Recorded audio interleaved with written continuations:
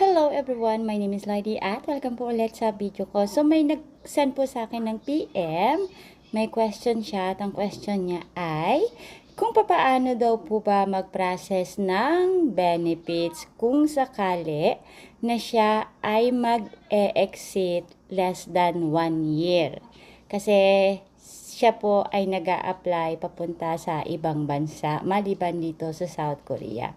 So, ang sagot sa question ni Kuya, wala ka pong makukuhang Tegicom sa inyong company dahil ang Tegicom ay nagkakaroon lang po kung kayo ay makakapagtrabaho sa inyong company ng 1 year. Iyon po siya.